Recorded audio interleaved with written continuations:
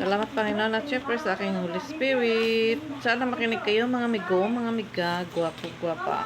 Sa Lucas pa rin. Sa Lucas 8, nandito sa 8:26. Ang makikita rin to sa Mateo at sa Marcos.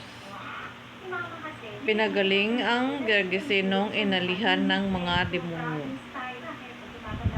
Sumabad sila sa lupain ng mga Gergesenong katapat ng Galilea.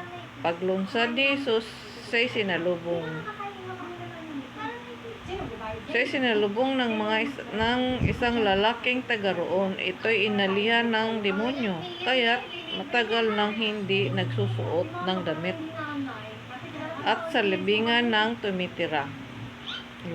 Libingan na tumitira. Pagkakita kay Jesus, sumisigaw ang lalaki, nagpatira pa sa kanyang harapan at malakas na sabi, Jesus, anak ng kataas-taasang Diyos, ano ang pakialam mo sa akin?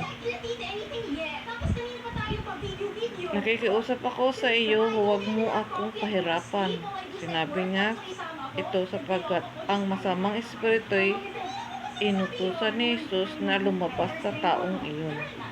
Madalas siyang alihan nito at kahit sa bantayan, ipangaw at gapusin ng mga tanikala. Pinapatid niya ang mga ito at siya itinataboy ng mga demonyo sa ilang. Tinanong siya ni Jesus, ano ang pangalan mo? Leheyon, tugon niya, sapagkat marami ang demonyong pumasok sa kanya at nagmakaawa sila kay Jesus na huwag silang utusang tumulon sa kalalimang walang hangganan. May malaking kawan ng baboy na nanginginain sa burol na malapit doon.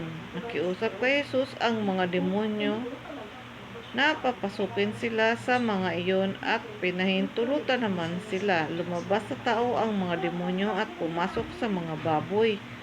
Ang kawan ay biglang sumugad ng takbo at tuloy-tuloy na nahulog sa lawa at nalunod.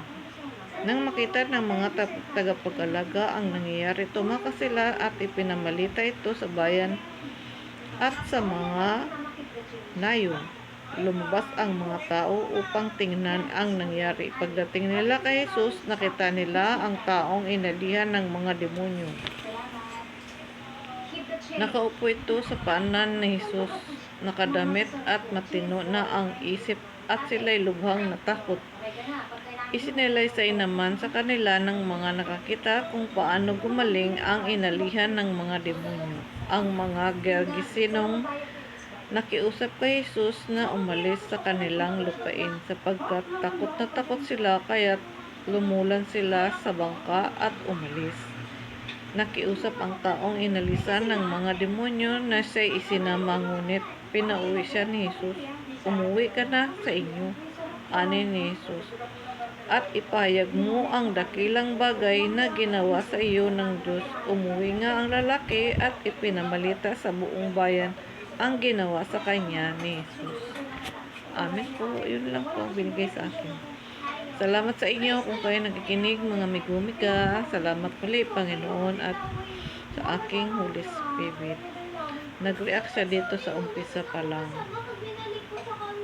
Dito sa paglungsad katapat ng Galilea. Paglunsad ni Jesus, siya'y sinalubong ng isang lalaking taga roon. Ito'y inalihan ng demonyo, kaya't nagtagal nang hindi nagsusuot ng damit na at sa libingan na tumitira.